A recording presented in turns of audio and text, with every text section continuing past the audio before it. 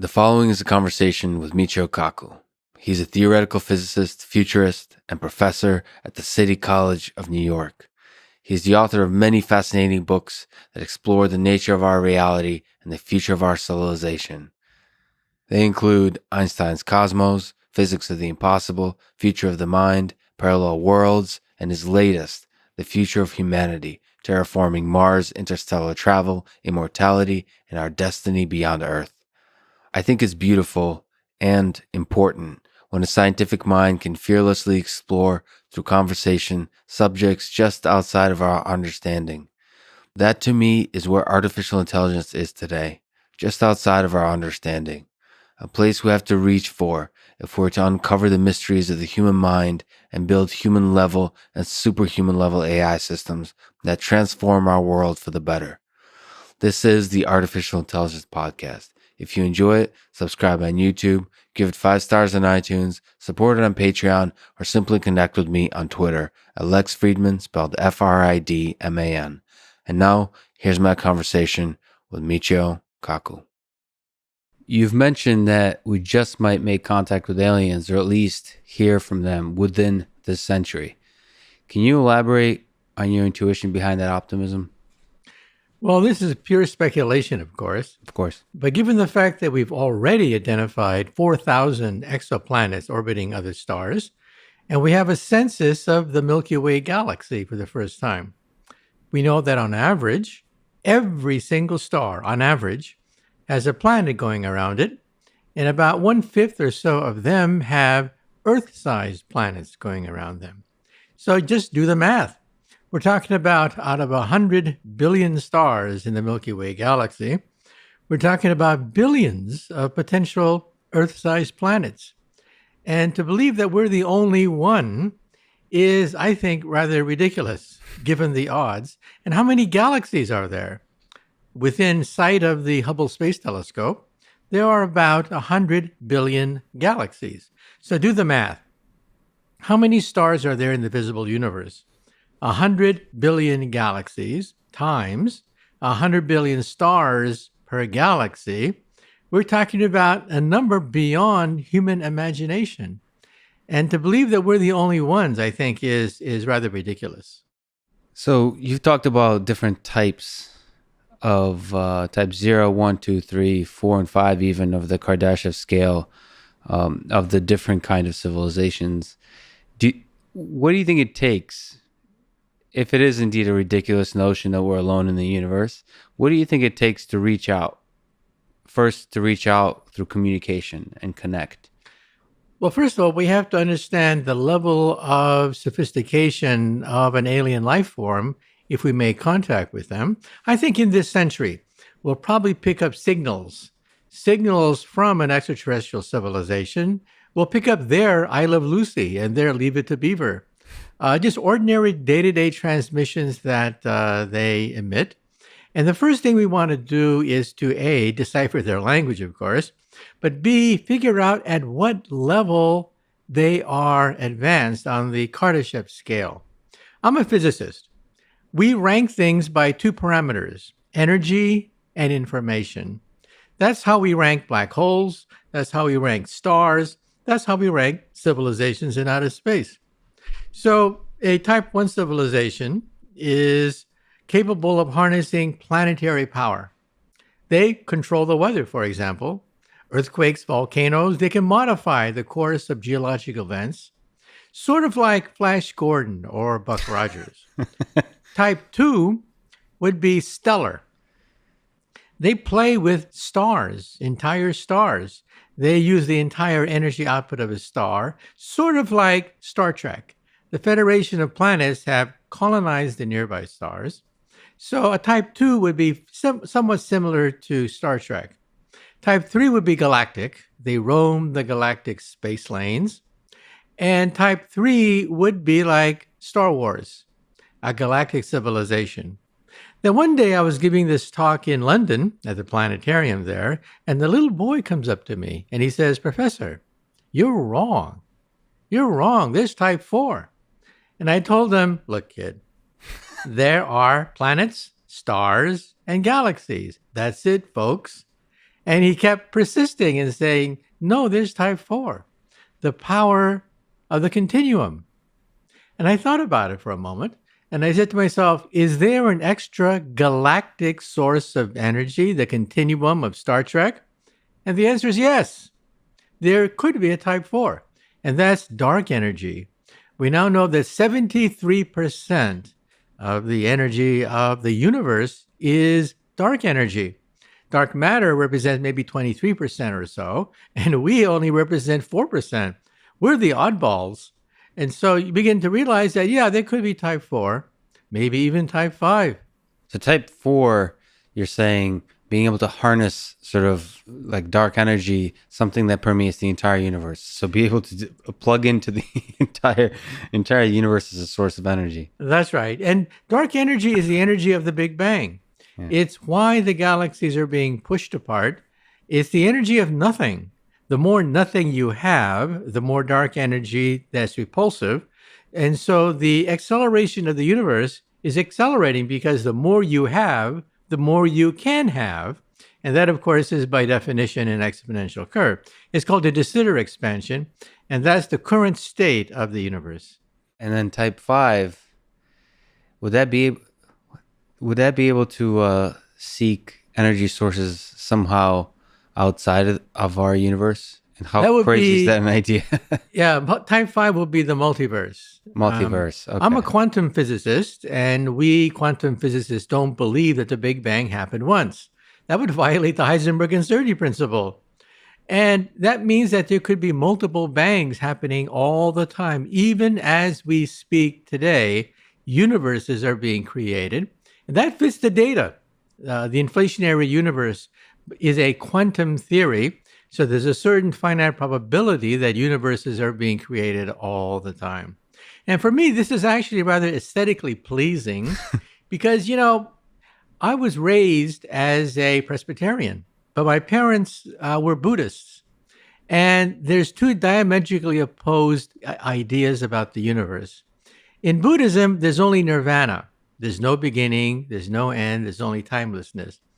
But in Christianity, there is the instant when God said, let there be light. In other words, an instant of creation. So I've had these two mutually exclusive ideas in my head. And I now realize that it's possible to meld them into a single theory. Mm-hmm. Either the universe had a beginning or it didn't, right? Wrong. You see, our universe had a beginning. Our universe had an instant where somebody might have said, let there be light. But there are other bubble universes out there in a bubble bath of universes. And that means that these universes are expanding into a dimension beyond our three-dimensional comprehension. In other words, hyperspace. In other words, 11-dimensional hyperspace. So nirvana would be this timeless 11-dimensional hyperspace where big bangs are happening all the time. So we can now combine two mutually exclusive theories of creation. And Stephen Hawking, for example, even in his last book, even said that this is an argument against the existence of God. He said there is no God because there was not enough time for God to create the universe because the Big Bang happened in an instant of time. Therefore, there was no time available for him to create the universe. But you see, the multiverse idea means that there was a time before time. And there are multiple times. Each bubble has its own time. And so it means that there could actually be a universe before the beginning of our universe. So if you think of a bubble bath, when two bubbles collide, or when two bubbles fission to create a baby bubble, that's called the Big Bang. So the Big Bang is nothing but the collision of universes or the budding of universes. That's such a beautiful picture of our incredibly mysterious existence. So is that humbling to you? Exciting? The idea of multiverses? I don't even know how to even begin to wrap my mind around it. It's exciting for me because what I do for a living is string theory. That's my day job. I get paid by the city of New York to work on string theory. Yes. And you see, string theory is a multiverse theory. So people say, first of all, what is string theory? Yes. String theory simply says that all the particles we see in nature, the electron, the proton, the quarks, what have you, are nothing but vibrations on a musical string, on a tiny, tiny little string. G. Robert Oppenheimer, the creator of the atomic bomb, was so frustrated in the 1950s with all these subatomic particles being created in our atom smashers that he announced one day that the Nobel Prize in physics should go to the physicist who does not discover a new particle that year. Well, today we think they're nothing but musical notes on these tiny little vibrating strings. So, what is physics? Physics is the harmonies you can write on vibrating strings. What is chemistry? Chemistry is the melodies you can play on these strings. What is the universe? The universe is a symphony of strings. And then what is the mind of God that Albert Einstein so eloquently wrote about for the last 30 years of his life? The mind of God would be cosmic music resonating through 11-dimensional hyperspace. So beautifully put. What do you think is the mind of Einstein's God? Do you think there's a why that we could untangle from this universe of strings? Why are we here? What is the meaning of it all? Well, Steven Weinberg, winner of the Nobel Prize, once said that the more we learn about the universe, the more we learn that it's pointless. Well, I don't know. I don't profess to understand the great secrets of the universe. However, let me say two things about what the giants of physics have said about this question. Einstein believed in two types of God. One was the God of the Bible, the personal God, the God that answers prayers, walks on waters, performs miracles, smites the Philistines. That's the personal God that he didn't believe in.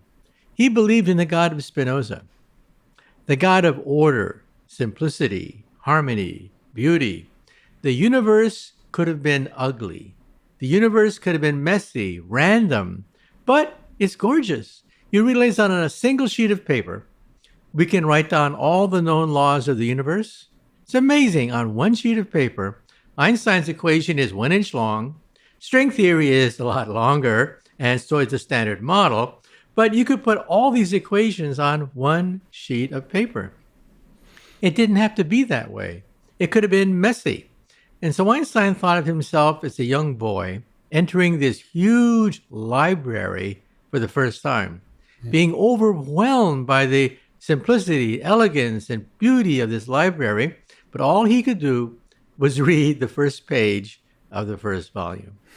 Well, that library is the universe with all sorts of mysterious, magical things that we have yet to find.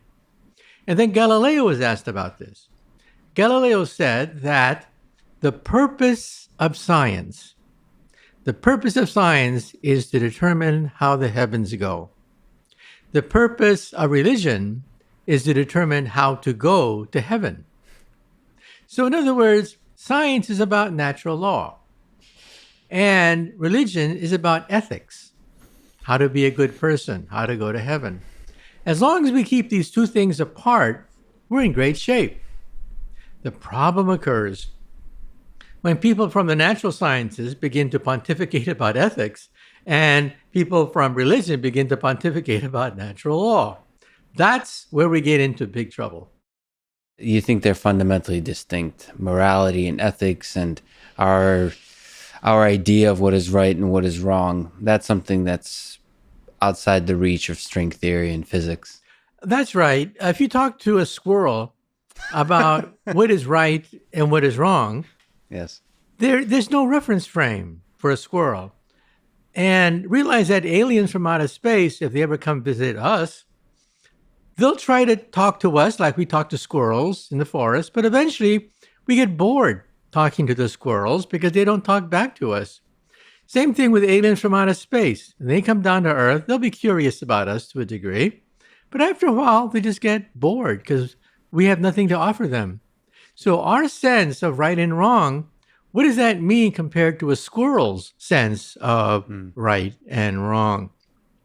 Now, we, of course, do have an ethics that keeps civilizations in line. enriches our life, and makes civilization possible. And I think that's a good thing. But it's not mandated by a law of physics. So if alien species were to make contact, forgive me for staying on aliens for a bit longer, do you think they're more likely to be friendly, to befriend us, or to destroy us? Well, I think for the most part, they'll pretty much ignore us. If you were a deer in the forest, who do you fear the most? Do you fear the hunter with his gigantic 16 gauge shotgun? Or do you fear the guy with a briefcase and glasses? Well, the guy with the briefcase could be a developer about to basically flatten the entire forest, destroying your livelihood. Yeah. So instinctively, you may be afraid of the hunter. But actually, the problem with deers in the forest is that they should fear developers The developer. because developers look at deer as simply getting in the way. I mean, in War of the Worlds by H.G. Wells, the aliens did not hate us. If you read the book, the aliens did not have evil intentions toward Homo sapiens. No, we were in the way. Yeah. So I think we have to realize that alien civilizations may view us quite differently than in science fiction novels. Yeah. However, I personally believe, and I cannot prove any of this, I personally believe that they're probably going to be peaceful because there's nothing that they want from our world. I mean, what are they going to take us? What are they going to take us for? Gold? No, gold is a useless metal for the most part. It's silver, I mean, it's golden colored, but that only affects Homo sapiens. Squirrels don't care about gold. And so gold is a rather useless element. Rare earths, maybe. Platinum-based elements, rare earths for their electronics, yeah, maybe. But other than that, we have nothing to offer them. I mean, think about it for a moment. People love Shakespeare and they love the arts and poetry, but outside of the earth, they mean nothing. Absolutely nothing. I mean, when I write down an equation in string theory, I would hope that on the other side of the galaxy, there's an alien writing down that very same equation in different notation.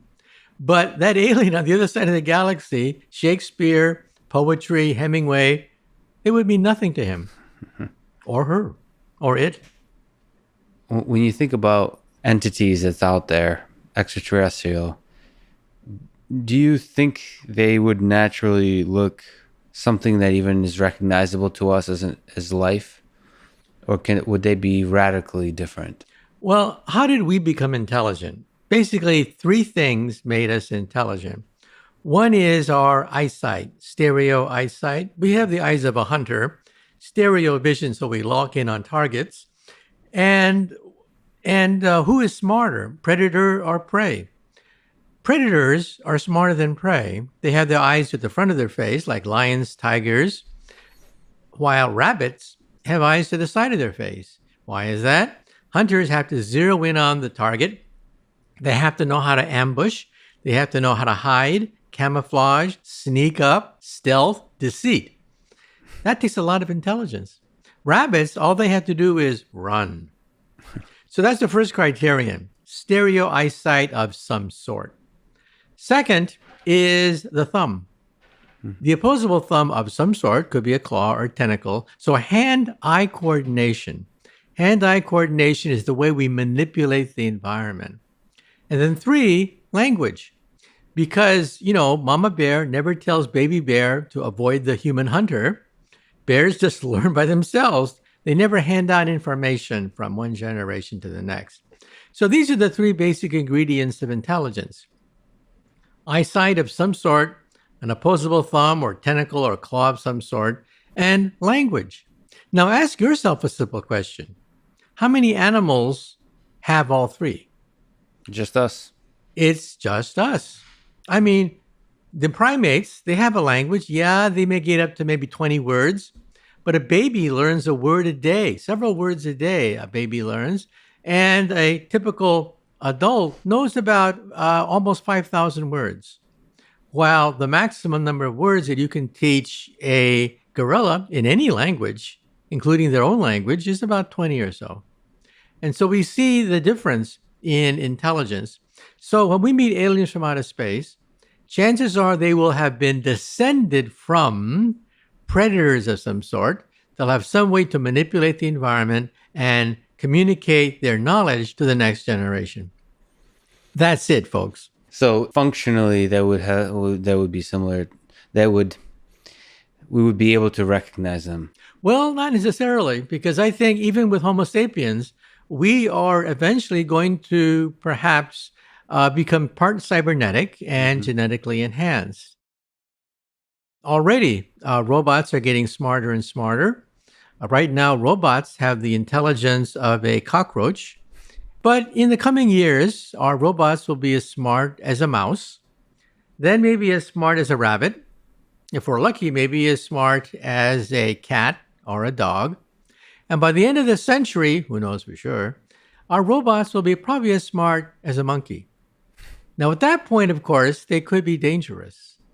You see, monkeys are self aware, they know they are monkeys. They may have a different agenda than us. While dogs are confused.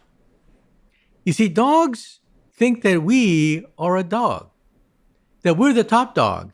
They're the underdog. That's why they whimper and follow us and lick us all the time. We're the top dog. Monkeys have no illusion at all. They know we are not monkeys. And so I think that in the future, we'll have to put a chip in their brain to shut them off once our robots have murderous thoughts. But that's in 100 years. In 200 years, the robots will be smart enough to remove that fail-safe chip in their brain. And then watch out. At that point, I think rather than compete with our robots, we should merge with them. We should become part cybernetic. So I think when we meet alien life from outer space, they may be genetically and cybernetically enhanced. Genetically and cybernetically enhanced. Wow. So let's talk about that full range in the near term and 200 years from now. How promising in the near term, in your view, is brain machine interfaces? So starting to allow computers to talk directly to the brains. Elon Musk is working on that with Neuralink, and there's other companies working on this idea. Do you see promise there? Do you see hope for near-term impact? Well, every technology has pluses and minuses. Already, we can record memories. I have a book, The Future of the Mind, Yes. where I detail some of these breakthroughs. We can now record simple memories of mice and send these memories on the internet. Eventually, we're going to do this with primates at Wake Forest University and also in Los Angeles.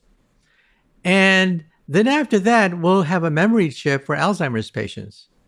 We'll test it out in Alzheimer's patients because, of course, when Alzheimer's patients lose their memory, they wander. They create all sorts of havoc, wandering around, oblivious to their surroundings. And they'll have a chip. They'll push the button and memories will come flooding into their hippocampus and the chip, telling them where they live and who they are. And so a memory chip is definitely in the cards. And I think this will eventually affect human civilization. What is the future of the internet? The future of the internet is BrainNet. BrainNet is when we send emotions, feelings, sensations on the internet, and we will telepathically communicate with other humans this way. This is going to affect everything. Look at entertainment. Remember the silent movies? Charlie Chaplin was very famous during the era of silent movies, but when the talkies came in, nobody wanted to see Charlie Chaplin anymore because he never talked in the movies. And so a whole generation of actors lost their job, and a new series of actors came in. Next, we're going to have the movies replaced by BrainNet. Because in the future, people will say, who wants to see a screen with images? That's it. Sound and image, that's called the movies. Our entertainment industry, this multi-billion-dollar industry, is based on screens with moving images and sound. But what happens when emotions, feelings, sensations, memories can be conveyed on the internet? It's going to change everything. Human relations will change because you'll be able to empathize and feel the suffering of other people. We'll be able to communicate telepathically, and this is coming. You described BrainNet in Future of the Mind. It's such an interesting concept.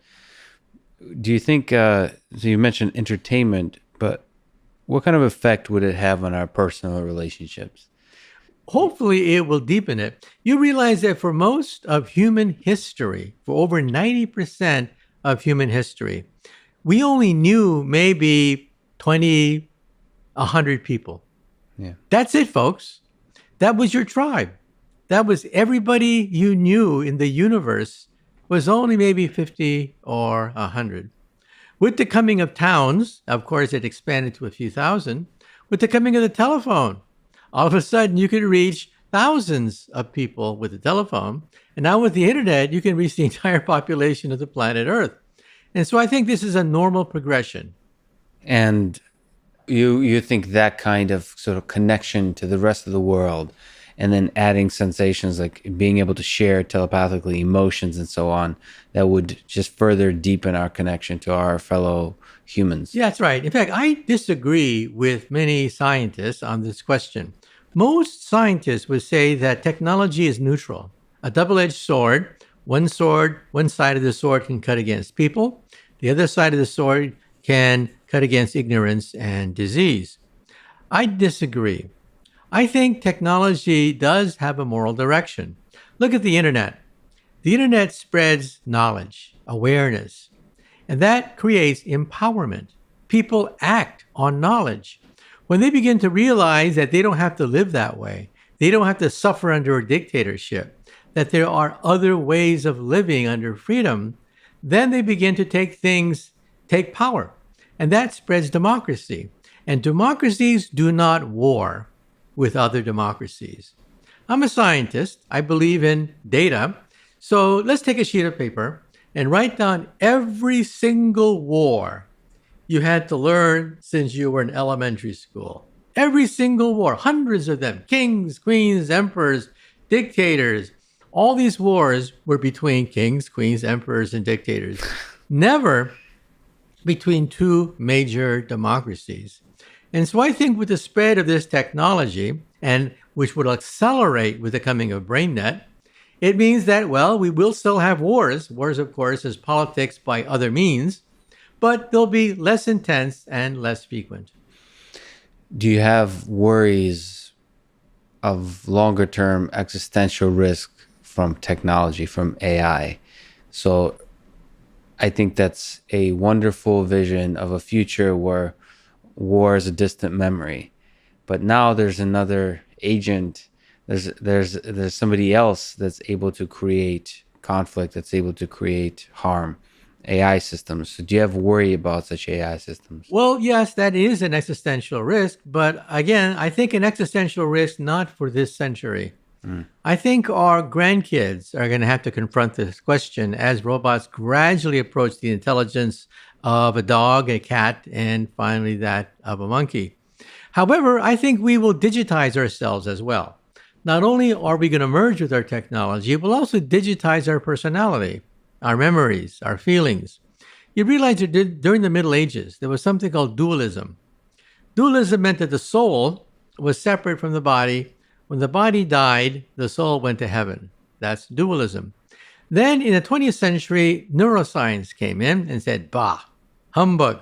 Every time we look at the brain, it's just neurons. That's it, folks. Period. End of story. Bunch of neurons firing. Now we're going back to dualism. Now we realize that we can digitize human memories, feelings, sensations, and create a digital copy of ourselves. And that's called the Connectome Project. Billions of dollars are now being spent to do not just the Genome Project of sequencing the genes of our body, but the Connectome Project, which is to map the entire connections of the human brain. And even before then, already in Silicon Valley, today, at this very moment, you can contact Silicon Valley companies that are willing to digitize your relatives because some people want to talk to their parents. Yeah. There are unresolved issues with their parents. And one day, yes, firms will digitize people and you'll be able to talk to them a reasonable facsimile. we leave a digital trail. Our ancestors did not. Our ancestors were lucky if they had one line, just one line in a church book saying the date they were baptized and the date they died. That's it. That was their entire digital memory. I mean, their entire digital existence summarized in just a few letters of the alphabet, a whole life. Now we digitize everything. Every time you sneeze, you digitize it. You put it on the internet. And so I think that we are going to digitize ourselves and give us digital immortality.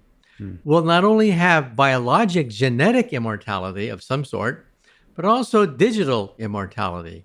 And what are we going to do with it? I think we should send it into outer space. If you digitize the human brain and put it on a laser beam and shoot it to the moon, you're on the moon in 1 second.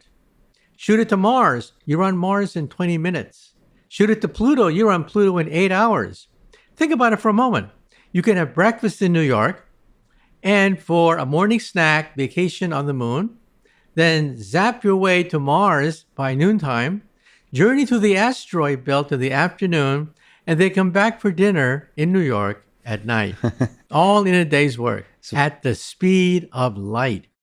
Now, this means that you don't need booster rockets, you don't need weightlessness problems, you don't need to worry about meteorites. And what's on the moon?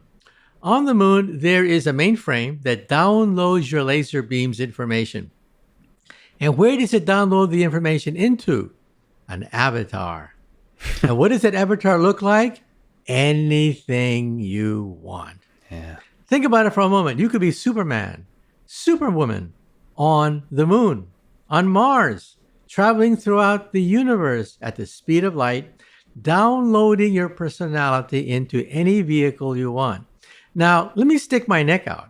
So far, everything I've been saying is well within the laws of physics. Well within the laws of physics. Now, let me go outside the laws of physics again. Here we go. I think this already exists. I think outside the Earth, there could be a superhighway, a laser highway of laser porting with billions of souls of aliens zapping their way across the galaxy. Now, let me ask you a question. Are we smart enough to determine whether such a thing exists or not? No. This could exist right outside the orbit of the planet Earth, and we're too stupid in our technology to even prove it or disprove it. We would need the aliens on this laser superhighway to help us out, to send us a human interpretable signal. I mean, it ultimately boils down to the language of communication, but that's an exciting possibility that actually the sky is filled with the aliens. could already be here, and we're just so oblivious that we're too stupid to know it. See, they don't have to be in alien form with little green men. They can be in any form they want, in an avatar of their creation. Well, in fact, they could very well be. They can even look like us. Exactly. We'd never know. One of us could be an alien. You know, in the zoo, did you know that we sometimes have zookeepers that imitate animals?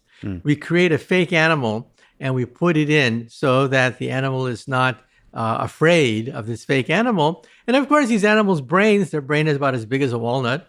They accept these dummies as if they were real.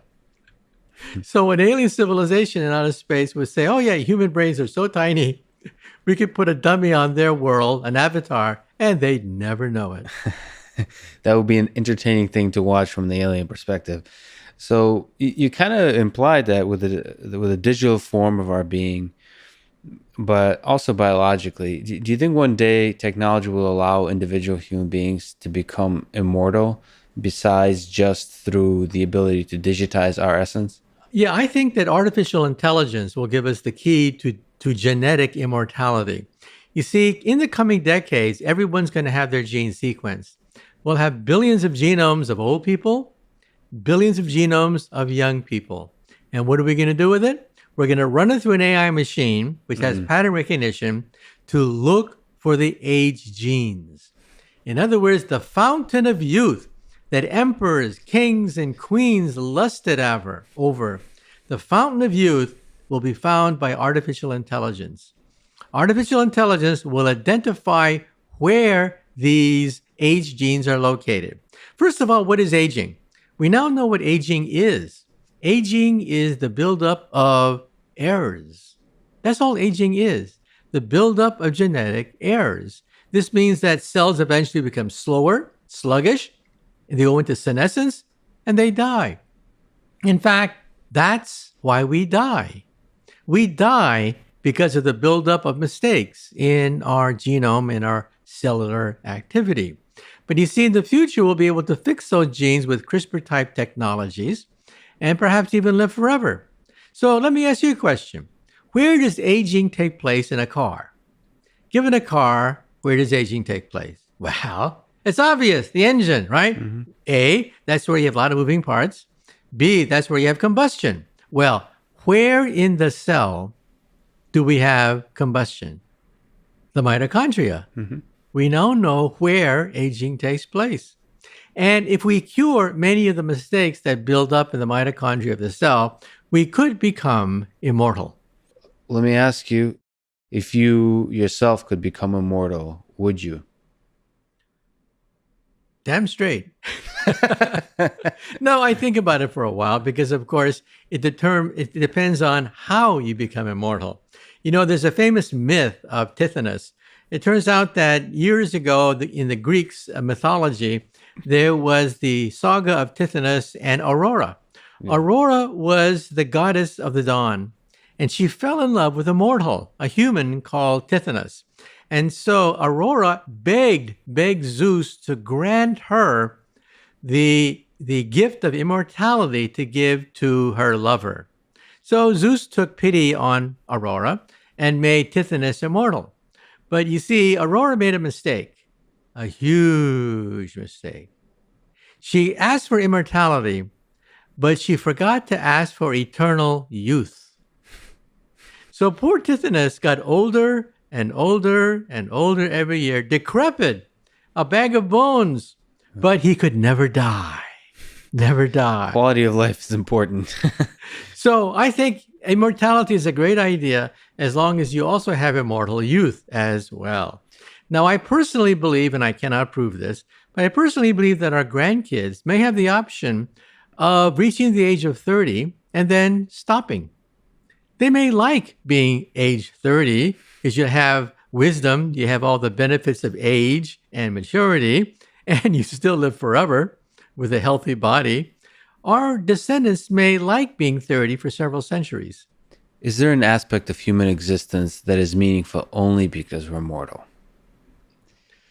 Well, every waking moment, we don't think about it this way, but every waking moment, actually, we are aware of our death and our mortality. Yes. Think about it for a moment. When you go to college, you realize that you are in a period of time where soon you will reach middle age and have a career.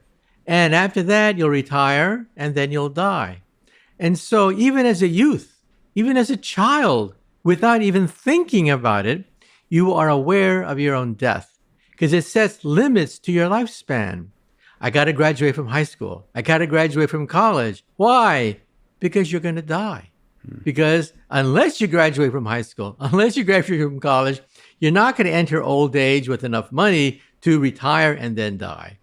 And so, yeah, people think about it unconsciously because it affects every aspect of your being.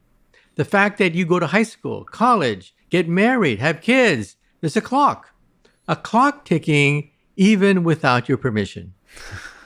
It gives a sense of urgency. Do you yourself, I mean, there's so much excitement and passion in the way you talk about physics and the way you talk about technology in the future. Do you yourself meditate on your own mortality? Do you think about this clock that's ticking? Well, I try not to because it then begins to affect your behavior. You begin to alter your behavior to match your expectation of when you're going to die. So let's talk about youth and then let's talk about death, okay? When I interview scientists on radio, I often ask them, what made the difference? How old were you? What changed your life? And they always say more or less the same thing. No, these are Nobel Prize winners, directors of major laboratories, very distinguished scientists. They always say, when I was 10, something happened. It was a visit to the planetarium. It was a telescope. For Steven Weinberg, winner of the Nobel Prize, it was a chemistry kit. For Heinz Pagels, it was a visit to the planetarium. For Isidore Rabi, it was a book about the planets. For Albert Einstein, it was a compass. Something happened which gives them this existential shock. Because you see, before the age of 10, everything is mommy and daddy, mommy and dad. That's your universe, mommy and daddy. Around the age of 10, you begin to wonder, what's beyond mommy and daddy? And that's when you have this epiphany, when you realize, oh my God, there's a universe out there, a universe of discovery. And that sensation stays with you for the rest of your life. You still remember that shock that you felt gazing at the universe. And then you hit the greatest destroyer of scientists known to science. The greatest destroyer of scientists known to science is junior high school. When you hit junior high school, folks, it's all over. Yeah. It's all over. Because in junior high school, people say, hey, stupid. I mean, you like that nerdy stuff and your friends shun you. All of a sudden, people think you're a weirdo. And science is made boring. You know, Richard Feynman, the Nobel Prize winner, when he was a child, his father would take him into the forest. And the father would teach him everything about birds, why they're shaped the way they are, their wings, the coloration, the shape of their beak, everything about birds. So one day a bully comes up to the future Nobel Prize winner and says, hey, Dick, what's the name of that bird over there? Well, he didn't know. He knew everything about that bird except its name. So he said, I don't know. And then the bully said, what's the matter, Dick? You stupid or something? And then in that instant, he got it. He got it. He realized that for most people, science is giving names to birds. Yeah. That's what science is. You know, lots of names of obscure things. Hey, people say, you're smart. You're smart. You know all the names of the dinosaurs. You know all the names of the plants. No, that's not science at all. Science is about principles, concepts, physical pictures. That's what science is all about. My favorite quote from Einstein is that unless you can explain a theory to a child, the theory is probably worthless. Meaning that all great theories are not big words. All great theories are simple concepts, principles, basic physical pictures. Relativity is all about clocks, meter sticks, rocket ships, and locomotives. Newton's laws of gravity are all about balls and spinning wheels and things like that. That's what physics and science is all about, not memorizing things. And that stays with you for the rest of your life. So even in old age, I've noticed that these scientists, when they sit back, they still remember. They still remember that flush of excitement they felt with that first telescope, that first moment when they encountered the universe. And that keeps them going. That keeps them going. By the way, I should point out that when I was 8, something happened to me as well. Yes. When I was 8 years old, it was in all the papers that a great scientist had just died, and they put a picture of his desk on the front page. That's it, just a simple picture of the front page of the newspapers of his desk. That desk had a book on it, which was opened, and the caption said, more or less, this is the unfinished manuscript from the greatest scientists of our time. So I said to myself, well, why couldn't he finish it? What's so hard that you can't finish it if you're a great scientist? It's a homework problem, right? You go home, you solve it, or you ask your mom, why couldn't he solve it? So to me, this was a murder mystery. This was greater than any adventure story. I had to know why the greatest scientists of our time couldn't finish something. And then over the years, I found out the guy had a name, Albert Einstein, And that book was the theory of everything. It was unfinished. Well, today I can read that book. I can see all the dead ends and false starts that he made. And I began to realize that he lost his way because he didn't have a physical picture to guide him on the third try. On the first try, he talked about clocks and lightning bolts and meter sticks, and that gave us special relativity, which gave us the atomic bomb. The second great picture was gravity with balls rolling on curved surfaces. And that gave us the Big Bang, creation of the universe, black holes. On the third try, he missed it. He had no picture at all to guide him. In fact, there's a quote I have where he said, I'm still looking. I'm still looking for that picture. He never found it. Well, today we think that picture is string theory.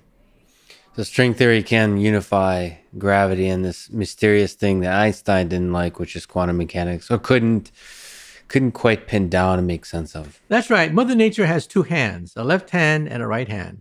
The left hand is a theory of the small. The right hand is a theory of the big. The theory of the small is the quantum theory, the theory of atoms and quarks. The theory of the big is relativity, the theory of black holes, big bangs.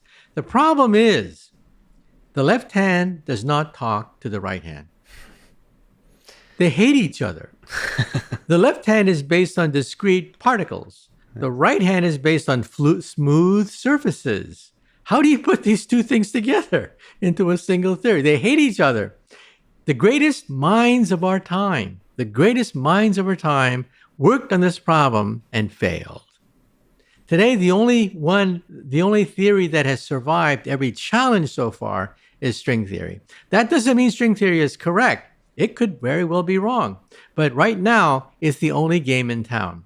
Some people come up to me and say, Professor, I don't believe in string theory. Give me an alternative. And I tell them, there is none. Get used to it. It's the best theory we got. It's the only theory we have. It's the only theory we have. Do you see, the strings kind of inspire a view, as did atoms and particles and quarks, but especially strings inspire a view of a universe as a kind of information processing system, as a computer of sorts.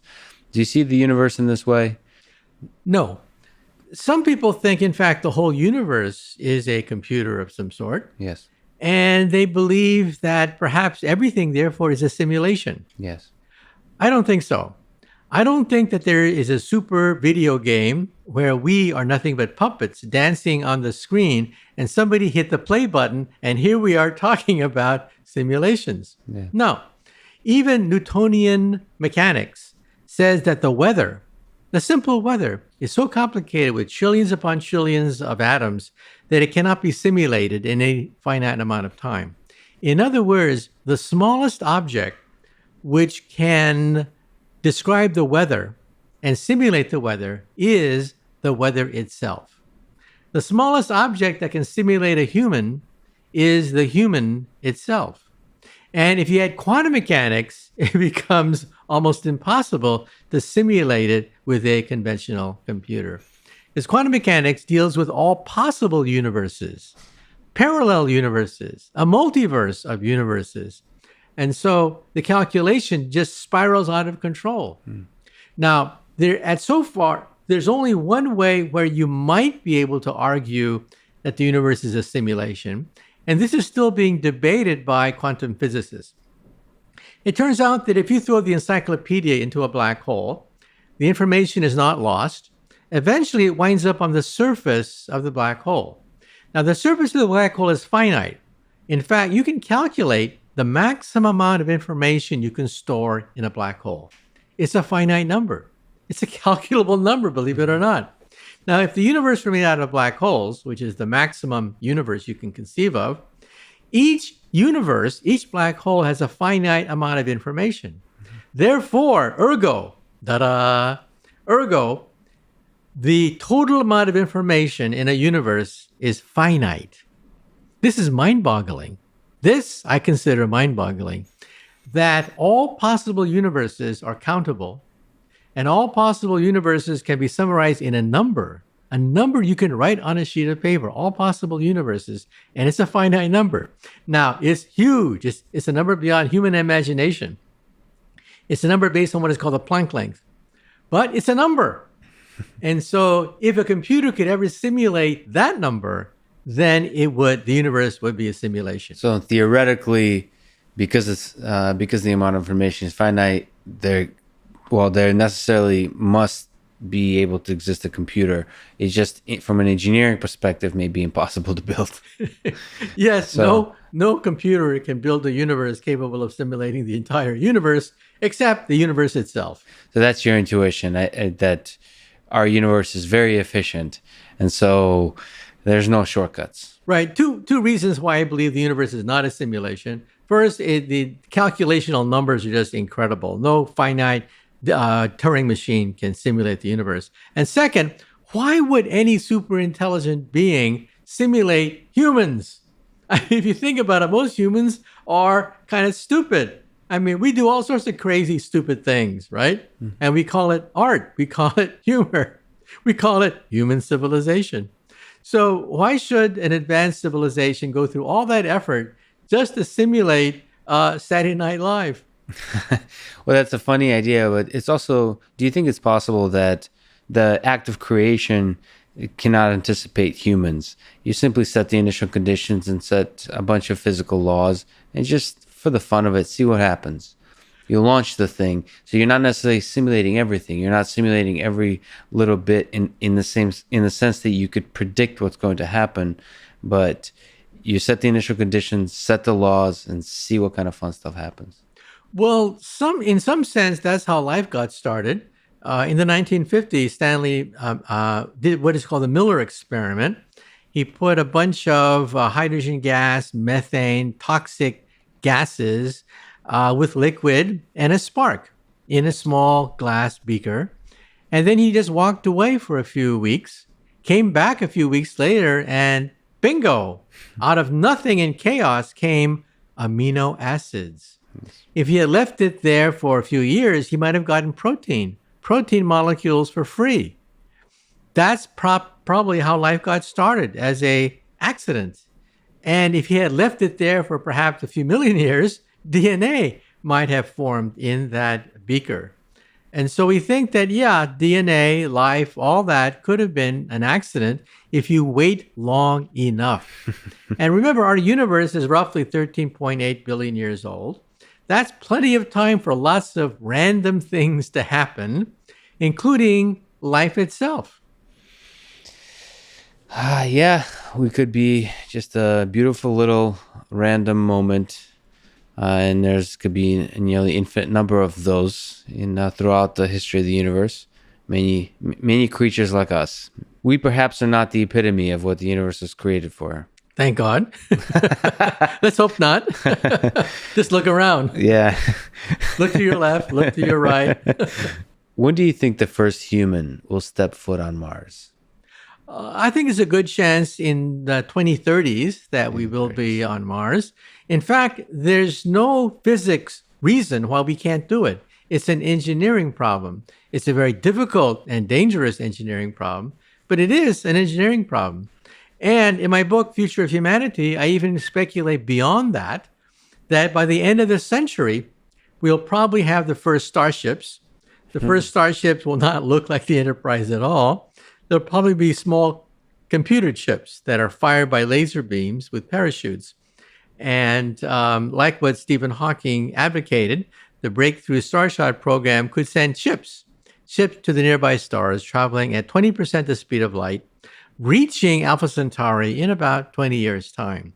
Beyond that, we should have fusion power.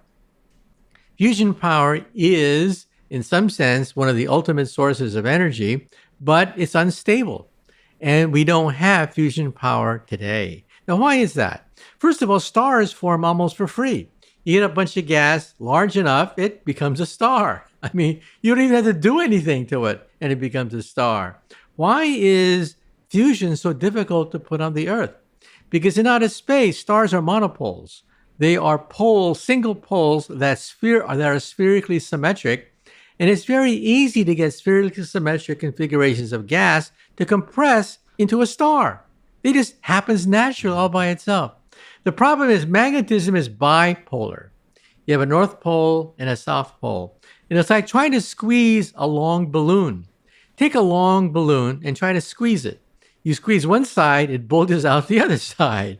Well, that's the problem with fusion machines. We use magnetism with the north pole and the south pole to squeeze gas, and all sorts of anomalies and horrible configurations can take place because we're not squeezing something uniformly like in a star. Stars, in some sense, are for free.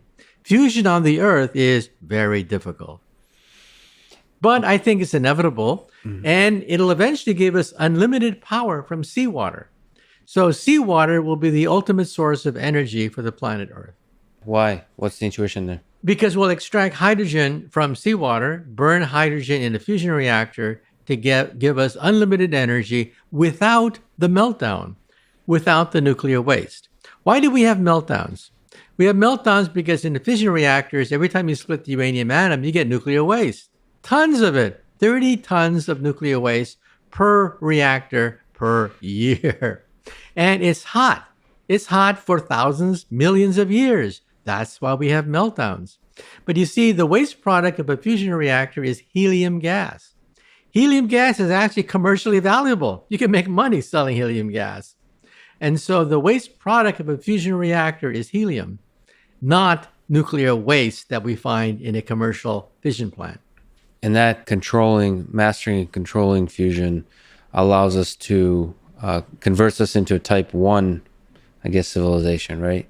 Yeah, probably the backbone of a type 1 civilization will be fusion power. Right. We, by the way, are type 0. We don't even rate on this scale. We get our energy from dead plants, for God's sake, oil and coal. But we are about 100 years from being type 1. Get a calculator. In fact, Carl Sagan calculated that we are about 0.7, fairly close to a 1.0. For example, what is the internet? The internet is the beginning of the first type 1 technology to enter into our century. The first planetary technology is the internet. What is the language of type 1? On the internet already, English and Mandarin Chinese are the most dominant languages on the internet. And what about the culture? We're seeing type 1 sports, soccer, the Olympics, type 1 music, youth culture, rock and roll, rap music. Type 1 fashion, Gucci, Chanel. A type 1 economy, the European Union, NAFTA, what have you. So we're beginning to see the beginnings of a type 1 culture and a type 1 civilization. And inevitably, it will spread beyond this planet. So you talked about sending at 20% the speed of light on a chip into Alpha Centauri. But in a slightly nearer term, what do you think about the idea when we still have to send our biological bodies, the colonization of planets, colonization of Mars? Do you see us becoming a 2-planet species ever or anytime soon? Well, just remember the dinosaurs did not have a space program. No. And that's why they're not here today. How come there are no dinosaurs in this room today? Because they didn't have a space program. We do have a space program, which means that we have an insurance policy. Now, I don't think we should bankrupt the Earth or deplete the Earth to go to Mars. That's too expensive and not practical. But we need a settlement on Mars in case something bad happens to the planet Earth. And that means we have to terraform Mars. Now, to terraform Mars, if we could raise the temperature of Mars by 6 degrees, then the polar ice caps begin to melt, releasing water vapor. Water vapor is the greenhouse gas. It causes even more melting of the ice caps. So it becomes a self-fulfilling prophecy. It feeds on itself. It becomes autocatalytic. And so once you hit 6 degrees, rising of the temperature on Mars by 6 degrees, it takes off. And we melt the polar ice caps, and liquid water once again flows in the rivers, the canals, the channels, and the oceans of Mars. Mars once had an ocean, we think, about the size of the United States. And so that is a possibility. Now, how do we get there? How do we raise the temperature of Mars by 6 degrees? Elon Musk would like to detonate hydrogen warheads on the polar ice caps. Yes. Well, I'm not sure about that because we don't know that much about the effects of detonating hydrogen warheads to melt the polar ice caps.